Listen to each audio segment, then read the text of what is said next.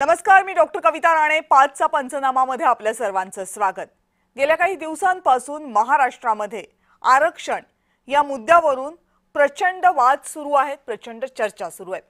मराठा समाजाला आरक्षण मिळावं यासाठी मनोज जरांगे पाटील यांनी जवळपास 2 वर्षांपूर्वी आंदोलनाची हाक दिली आणि अंतरवाली सराटीमधून सुरू झालेला आवाज हळूहळू अवघ्या महाराष्ट्रामध्ये पोहोचला.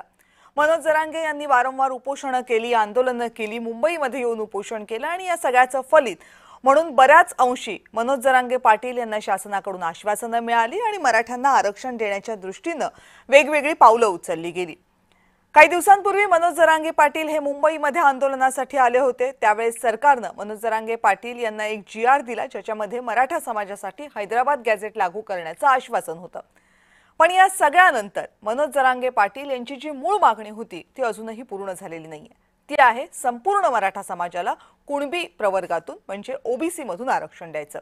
मराठा समाजाला OBC मधून आरक्षण द्यायला OBC समाजाचा प्रचंड विरोध आहे आणि त्यामुळे या दोनही समाजातले नेते एकमेकांच्या समोर आले. पण गेल्या काही दिवसांमध्ये या दोनही समाजातल्या नेत्यांकडून, या आंदोलन करणाऱ्या नेत्यांकडून जी वक्तव्य केली जात आहेत त्यामुळे महाराष्ट्रामध्ये मोठ्या संख्येने असलेला मराठा समाज आणि तितक्याच मोठ्या संख्येने असलेला OBC समाज यांच्यामध्ये आता तेढ निर्माण व्हायला लागली आहे का असा प्रश्न निर्माण झालाय. कारण जर मराठा समाजाने मोर्चे काढले तर त्यांना मोर्चांना उत्तर देऊ, जर मराठा समाजाला एखादी गोष्ट दिली गेली तर त्याच्या विरोधात आम्ही कायद्यानुसार न्यायालयामध्ये जाऊ, या संदर्भातल्या गोष्टी केल्या गेल्या आणि त्या संदर्भातली वक्तव्य समोर येतात. विशेषतः मनोज जरांगे पाटील आणि छगन भुजबळ यांनी एकमेकांच्या बाबतीत केलेली वक्तव्य यामुळे दोनही समाजांमुळे आता तेढ निर्माण होऊ लागलेली आहे का असा प्रश्न निर्माण होतोय. गेल्या काही दिवसांमध्ये तर ही वक्तव्य होतच होती, पण आज काल आणि परवा सुद्धा मनोज जरांगे पाटील यांनी वक्तव्य केलं, छगन भुजबळ यांनी त्याला उत्तर दिलं आणि याशिवाय छगन भुजबळ यांनी मनोज जरांगे पाटील यांचं आंदोलन जिथून सुरू झालं म्हणजे अंतरवाली सराटीमधून जिथून हे पहिल्यांदा आंदोलन सुरू झालं 2023च्या महिन्यामध्ये, त्यावेळेस पोलिसांना लाथा मारून मराठ्यांनी हकलून दिलं असं एका जाहीर सभेमध्ये छगन भुजबळ यांनी वक्तव्य केलं आणि तिथे राष्ट्रवादी काँग्रेसच्या एका माजी आमदाराचा सुद्धा त्यांनी उल्लेख केला, नाव न घेता. आता यामुळे वाद आणखी पेटलाय. त्याला आता मनोज जरांगे पाटील हेही उत्तर देतात, हे सगळं कमी म्हणून की काय OBCचे इतरही नेते, मग लक्ष्मण हाके असतील किंवा इतर नेते असतील, ते सुद्धा यामध्ये पडतात आणि या सगळ्यांना उत्तर देता देता वाद आणखीन वाढतोय का, दोन्ही बाजूंना आंदोलनांची धमकी दिली जाते का, असे अनेक प्रश्न निर्माण झाले. त्या सगळ्या प्रश्नांवर बोलायचे. पण आज या विषयाला हात घालताना 2-3 दिवसांमध्ये नेमकी काय काय वक्तव्य समोर आलेली आहेत, त्या वक्तव्यांमुळे वाद नेमका कसा वाढलाय यावर एक नजर टाकूया. तो सगळ्यांचा देवारा करीत आला. मात्र हे भाजपने वेळीच वर केले देवेंद्र फडणवीस साहेबांनी की हे OBC मराठीचे वाद लावतो ना आपल्यावर दबाव आणतो, त्यांच्यावर दबाव आणतो, ब्लॅकमेल केल्यासारखं वागत त्यांचा राजीनामा देईन नाही OBC मागे पुढे तो आम्हाला काय OBC तो आम्हाला पुढे मंत्रिपद घेतलं की मग नाही मग जमतं असलं त्यांनी ओळखला आणि ते लवकर नंबर लागणार त्यांचा. रात्रीतून मिटिंग झाल्या, त्याच्यामध्ये काही आमदार होते, होय पवार साहेबांचे आमदार होते, मी नावं सुद्धा घेतली.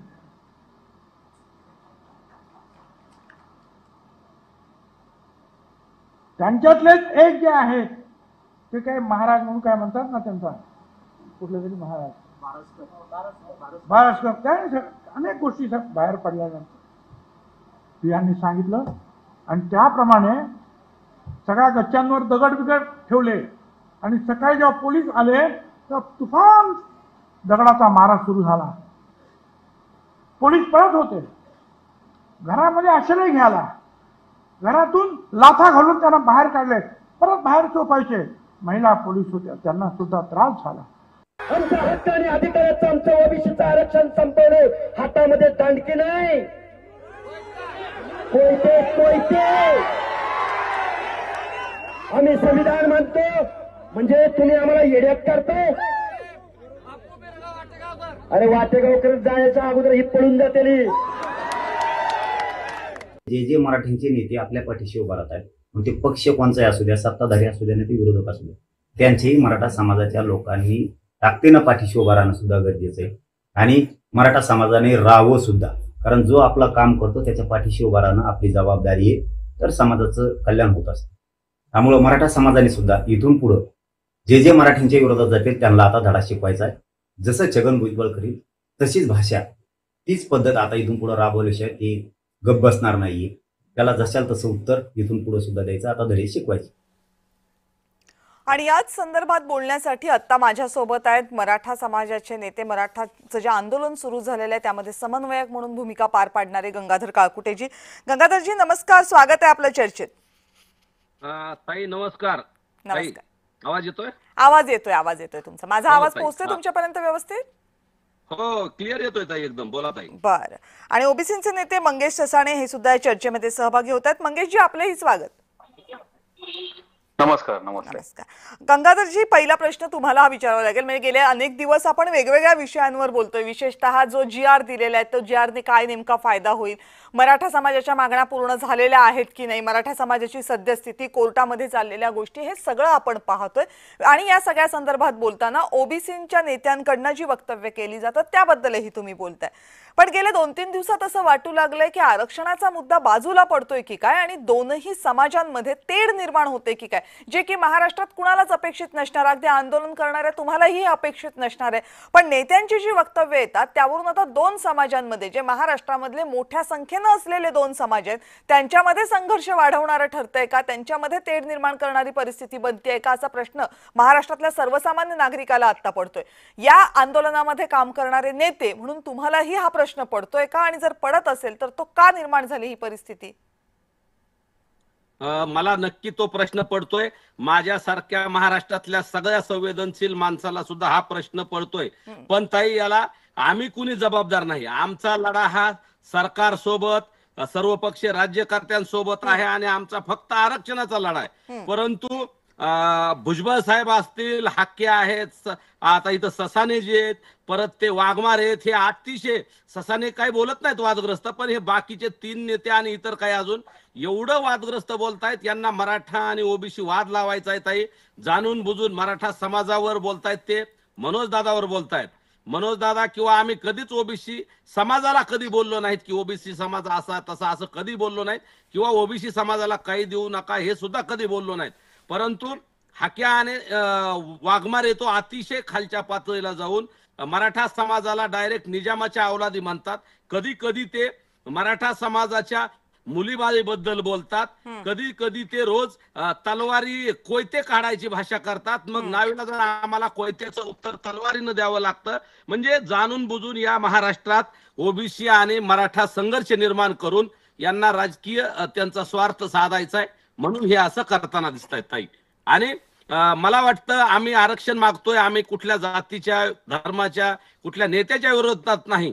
परंतु गेल्या 8 दिवसात महाराष्ट्रात अतिशय गोंधळाचं वातावरण आणि मराठा आणि ओबीसीत दंगल निर्माण करण्याचं वातावरण हाके असतील, भुजबळ असतील किंवा वाघमारे असतील या लोकांनी केलंय. आणि आमची विनंती आहे महाराष्ट्रातल्या मराठा समाजाला, ओबीसी बांधवाला, कुणीही या लोकांच्या भूलथापाला बळी पडू नका.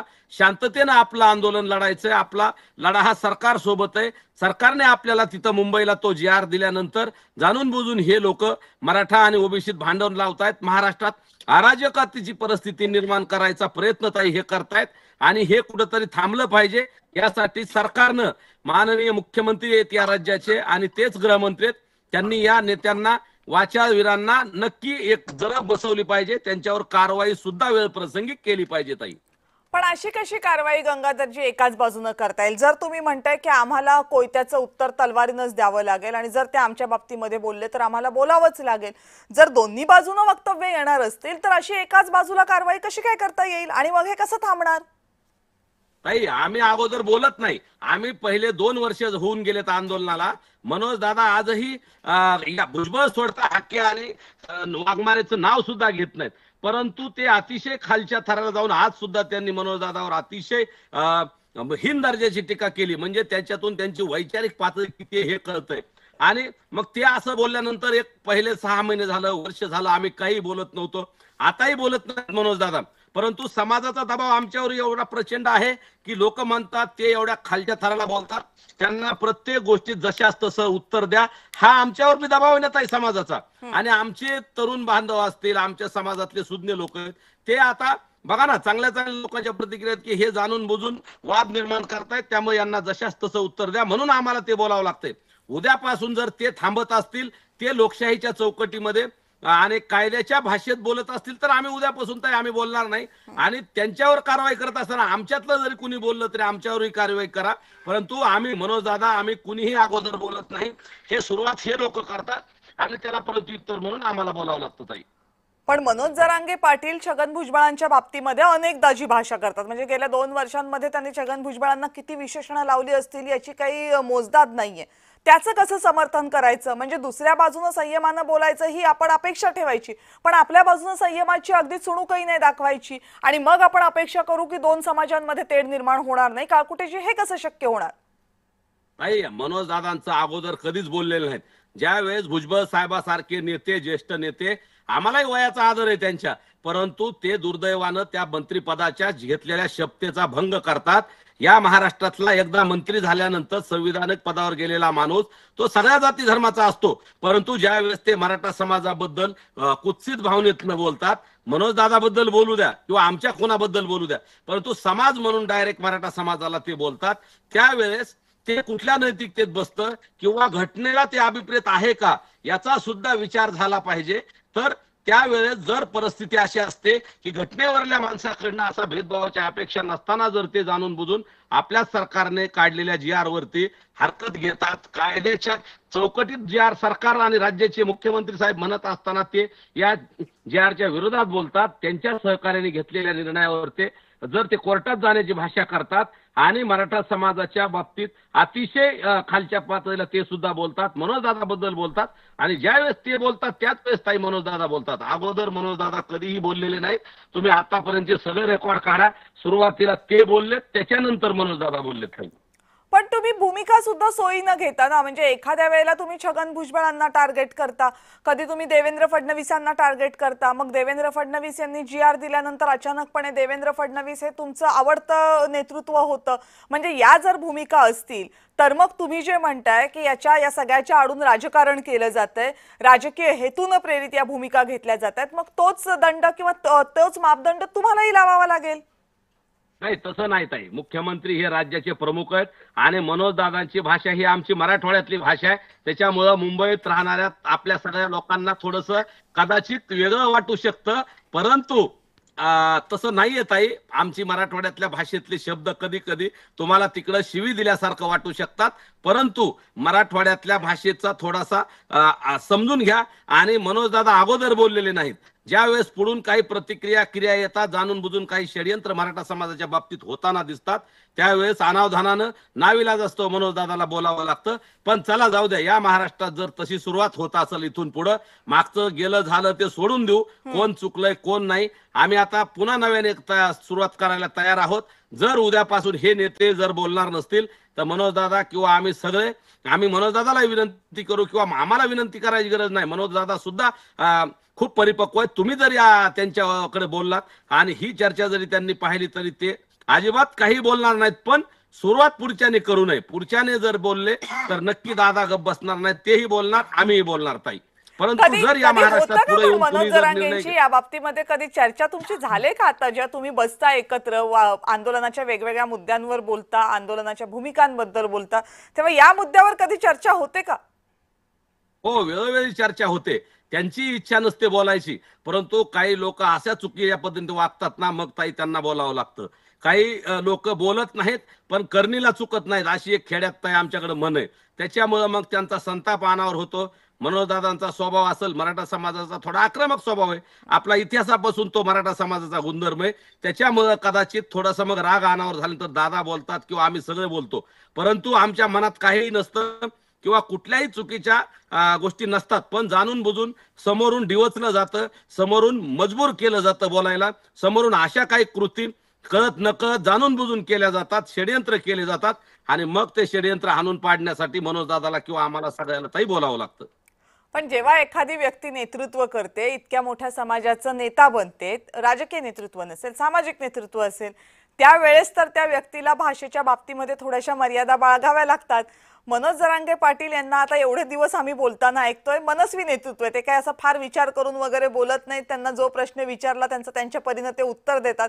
ते असं काही फार मनामध्ये ठेवून एखादी धोरणी राजकारण्याने बोलावं अशी बोलण्याची त्यांची पद्धत नाहीये. पण त्यांना तुम्ही कधी सांगता का की दादा आता जरा आपल्याला काळजीपूर्वक बोललं पाहिजे, आता तुम्ही नेतृत्वात, लोक तुमच्याकडे बघतायत, इतक्या मोठ्या संख्येनं समाज तुमच्याकडे बघतोय, त्यामुळे आता बोलताना थोडंसं भान राखायला हवं, आपल्या तोंडातनं गेलेला एखादा शब्द वादाचं कारण ठरू शकतो. नाही ताई, त्यांचा स्वभाव अतिशय मृदू आहे. फक्त जरी एखादं झाड असतं काटेरी आणि त्याला फुलं, गुलाबाचं झाड जसं काटेरी असतं त्याला गुलाबाचे फुलं येतात, तशा पद्धतीनं दादांचा स्वभाव अतिशय प्रेमळ आहे, साधा आहे, सरळ माणूस आहे. छक्के पंजे किंवा राजकारणातलं त्यांना काहीही असले डावपेच जमत नाहीत. अतिशय प्रामाणिक आणि पोटतिडकीनं काम करणारे एक सामाजिक कार्यकर्ता आहेत मनोज दादा. गेली 25 वर्ष झालं मी त्यांना ओळखतोय ताई.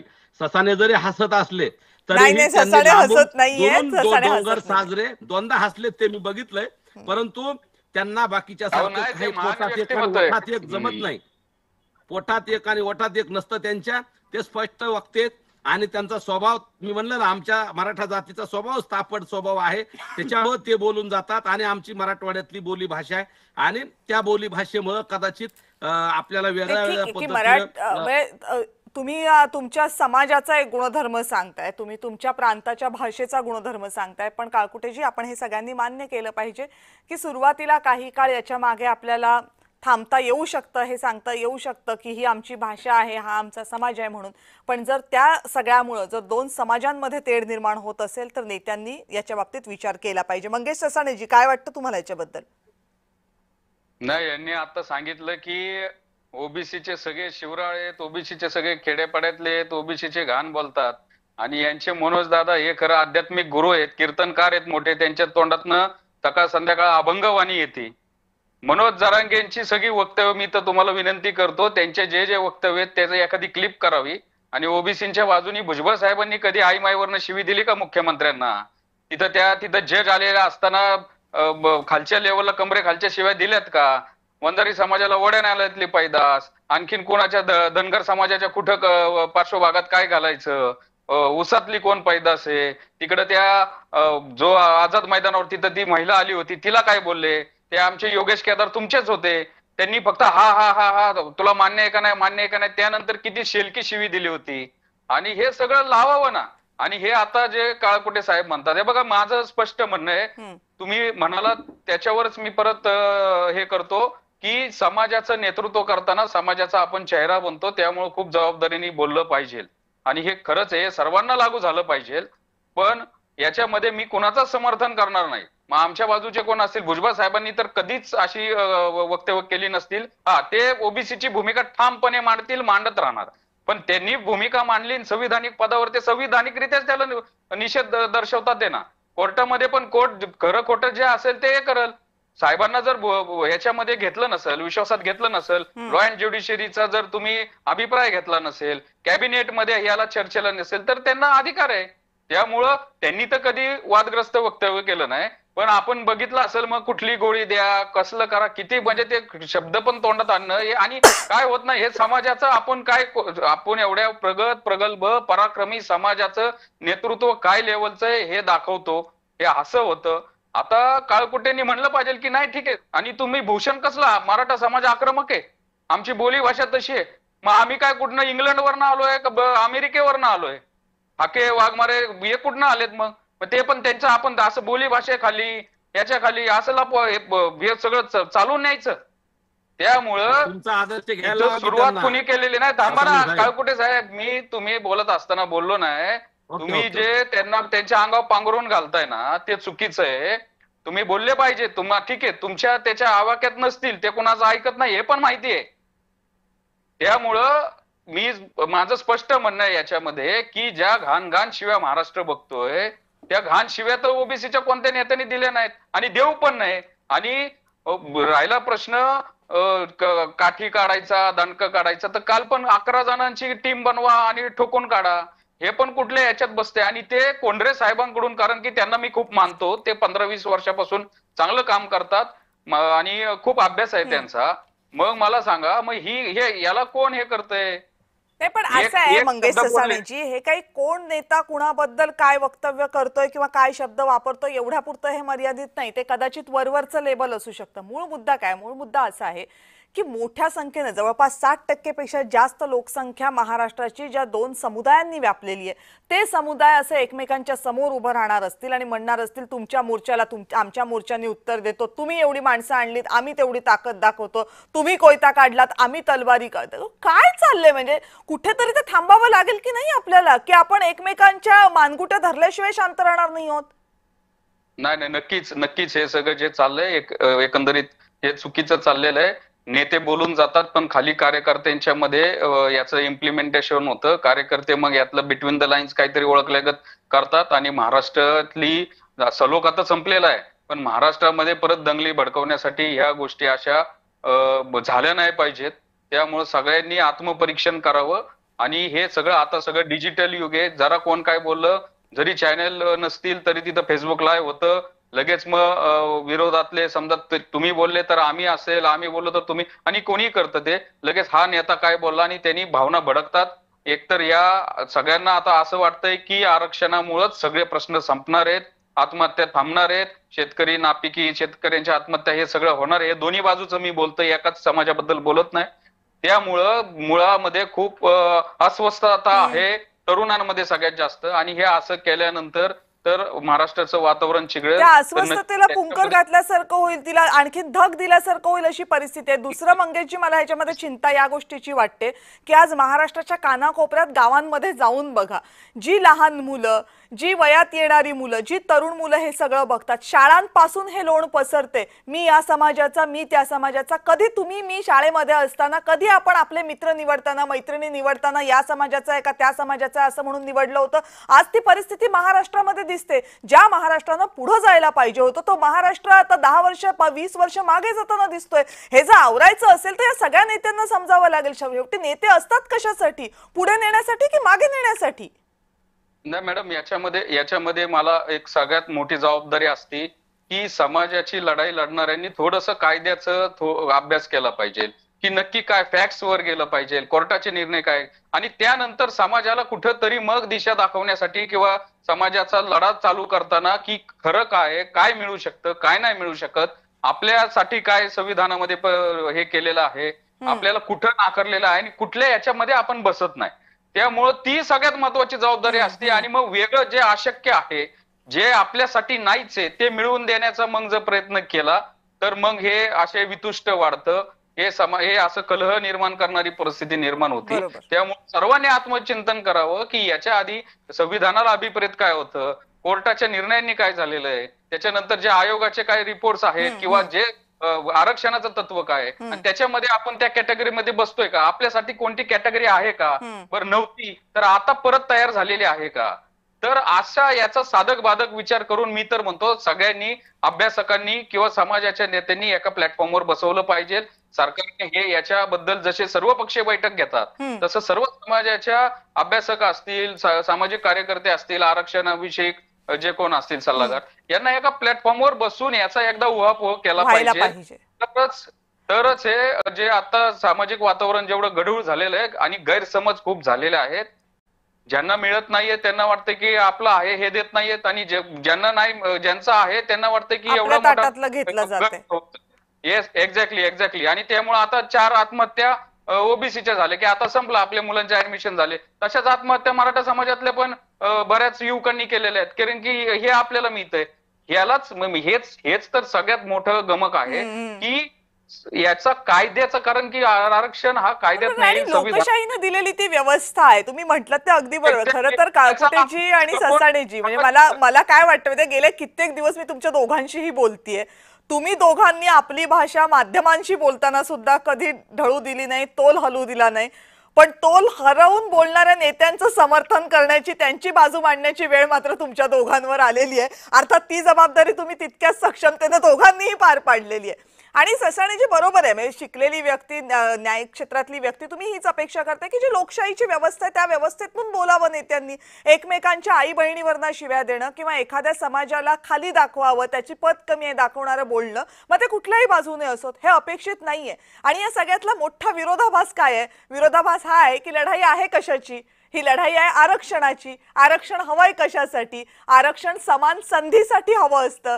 मग ज्या आरक्षणाच्या माध्यमातून समान संधीची अपेक्षा करतोय तेच आरक्षण, तोच आरक्षणाचा मुद्दा जर दोन समाजांमध्ये इतकी असमतोल निर्माण करत असेल, इतका संघर्ष निर्माण करत असेल, तर मग आपली सगळ्यांचीच दिशा चुकतीये हे आपण सगळ्यांनी ध्यानात घ्यायला पाहिजे. आणि विशेषतः आपल्या नेत्यांनी, ज्यांनी वाट दाखवायची आहे, ज्यांनी आदर्श घालून द्यायचा आहे, त्यांनी हे ध्यानात घ्यायला पाहिजे. नाहीतर जी आज फक्त आपल्याला तेढ दिसतेय त्याची जर उद्या दरी झाली तर महाराष्ट्रासाठी ते परवडणारं नसेल, हे मात्र नक्की. आपण दोघेही या चर्चेमध्ये सहभागी झालात आणि संयतपणे आपापली भूमिका मांडलीत. आपल्या दोघांचे मनापासून आभार. धन्यवाद ताई, धन्यवाद. धन्यवाद. आणि यानंतर 5चा पंचनामामध्ये वेळ झाली आहे इथेच थांबण्याची. पाहत रहा जय महाराष्ट्र.